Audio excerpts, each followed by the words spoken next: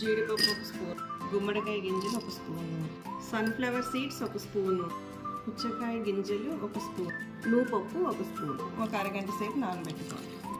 1/2 KG దొండకాయలు తీసుకొని శుభ్రంగా కడుక్కొని ఇలా 4 చీలికల కింద కట్ చేసుకొని పక్కన పెట్టుకోవాలి. ఉల్లిపాయ తీసుకొని పేస్ట్ చేసి గ్రైండ్ చేసుకున్న ఉల్లిపాయ పేస్ట్, నానబెట్టుకున్న సీడ్స్ అన్నీ కూడా ఇలా మెత్తగా గ్రైండ్ చేసుకోవాలి. ఇప్పుడు కర్రీ స్టార్ట్ చేద్దాం. నూనె బాగా కాగాక కొద్దిగా ఆవాలు వేసి, ఆవాలు చిటపెట్లు ఆడిన తర్వాత మనం గ్రైండ్ చేసి పెట్టుకున్నాం కదా ఉల్లిపాయ పేస్ట్, అది వేసి బాగా వేయించాలి. 1/2 టేబుల్ స్పూన్ అల్లం వెల్లుల్లి పేస్ట్, అల్లం పచ్చివాసన పోయే వరకు బాగా వేయించాలి. చిటికెడు పసుపు వేయండి.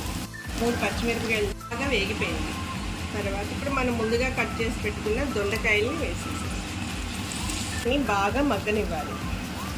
ఇప్పుడు మూత పెట్టేసి ఒక 1/2 గంట సేపు మగ్గనివ్వాలి. రుచికి సరిపడా ఉప్పు వేసుకోవాలి. 1 టేబుల్ స్పూన్ కారం వేయండి. 1/2 గ్లాసు నీళ్లు పోయండి. మూత పెట్టి ఒక 10 నిమిషాలు బాగా ఉడకనివ్వండి.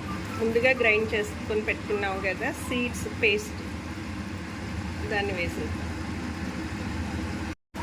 సీడ్స్ పేస్ట్ వేసి అందులో కొద్దిగా వాటర్ వేసి గరిటతో బాగా తిప్పండి, లేకపోతే అడుగంటేస్తుంది. ఇప్పుడు 1/2 teaspoon pork garam masala, ఇది హోమ్మేడ్ మసాలా అండి, చాలా బాగుంటుంది. కొద్దిగా వేయండి. కొత్తిమీర కొద్దిగా. నూనె పైకి చిమ్మే వరకు ఇలా కలుపుతూ ఉండండి. నూనె పైన కనిపిస్తుంది కదా, అంటే మనకి కర్రీ రెడీ అయిపోయినట్టే. ఇప్పుడు కొద్దిగా కస్తూరి మెంతి తీసుకొని ఇలా నలిపి పైన ఇలా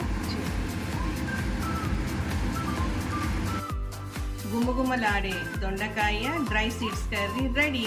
ఇది రైస్లోకి చపాతీలోకి చాలా బాగుంటుంది. తప్పకుండా ట్రై చేయండి.